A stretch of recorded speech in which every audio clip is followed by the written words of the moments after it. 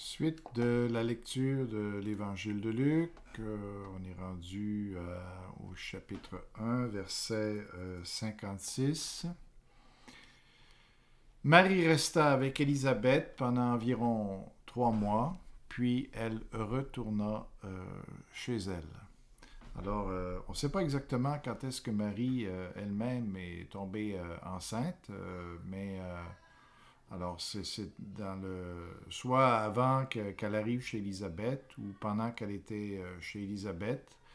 Euh, c'est ça ici, mais elle est restée après cela 3 mois, comme ça dit ici, parce que c'est 3 mois.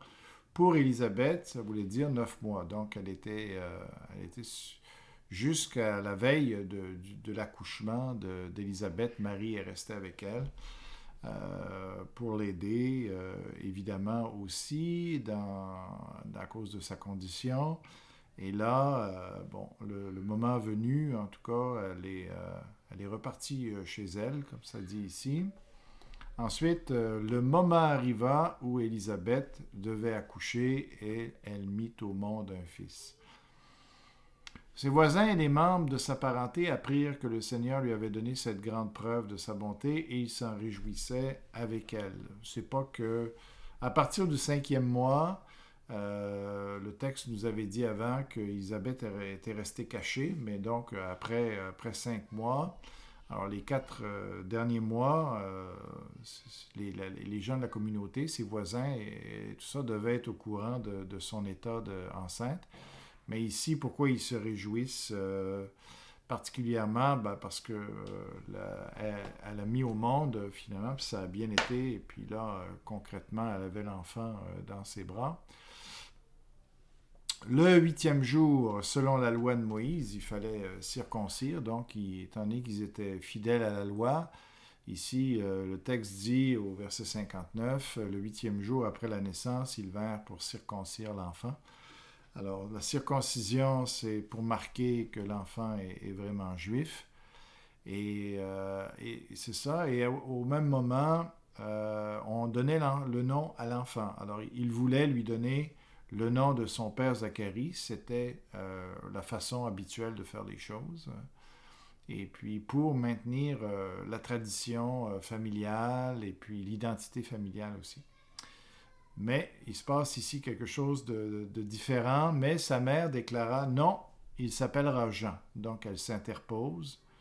Ça déjà, c'est surprenant parce que habituellement, il y a quand même la tradition familiale. Il lui dit, mais personne dans ta famille ne porte ce nom. Donc on voit ici l'importance de donner, de préserver quand même les noms des parents et tout ça au travers des générations pour l'identité familiale. Alors, ils demandèrent par geste au père comment il voulait qu'on nomme son enfant. Donc, on voit que Zacharie devait être sourd et muet. Donc, en plus d'être muet, il était sourd. Alors, c'est pour ça ici qu'on est obligé de lui parler par geste. Et on fait appel à lui parce que c'est lui l'autorité finale, finalement, dans le foyer, dans la famille. Donc, ils ne pouvaient pas juste prendre la parole de la mère selon leur coutume. Hein. Et puis, alors, Zacharie se fit apporter une tablette à écrire et il y inscrivit ces mots, Jean est bien son nom. Alors, il ne dit pas, je pense que, ou alors, il dit Jean est bien son nom, parce que là, il se souvient très bien que ce que l'ange Gabriel lui avait dit, que Jean était son nom. Donc, ce qu'il dit là-dedans, finalement, c'est qu'il a pas le choix. Il doit donner à cet enfant-là le nom que Dieu veut qu'il porte. Hein. Et ce qui a provoqué l'étonnement de tous ici, parce que c'est vraiment pas habituel là, de faire ces choses, faire de cette façon. Aussitôt, Zacharie put de nouveau parler. Alors, il se mit à louer Dieu à haute voix, comme l'ange lui avait dit, le jour où l'enfant sera né et bon, alors il va se remettre à parler. Donc Dieu avait choisi le moment où il y a quand même pas mal de monde, à la circoncision, pour manifester un miracle ici. Alors, tous les voisins éprouvèrent de la crainte, et dans toute la région montagneuse de Judée, l'on se racontait ces événements. Donc, si vous prenez une carte du pays d'Israël, vous avez Jérusalem qui est plus vers le sud et encore plus au sud de Jérusalem, vers l'est. Donc, vous avez des chaînes de montagnes. On appelle ça la région montagneuse de Judée. C'est cette partie-là ici où Zacharie et sa femme demeurent. Hein. Alors, ça dit ensuite, tous ceux qui en entendaient parler se mettaient à y réfléchir et se demandaient que deviendra donc ce petit enfant. La puissance du Seigneur était en effet réellement avec lui.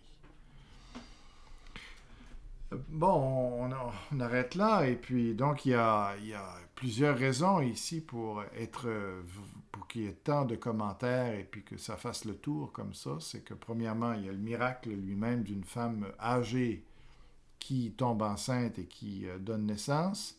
Il y a aussi ce qui s'est passé avec le miracle qui a touché Zacharie lui-même, qui a recouvré l'ouïe et le langage, la parole. Et ensuite de ça, eh bien, la puissance du Seigneur était en effet réellement avec lui. Alors, très jeune, les gens pouvaient voir qu'il était animé de Dieu, cet enfant-là. Donc, alors c'est pour toutes ces raisons-là, on voit que sa réputation se répandait. Voilà pour l'enregistrement.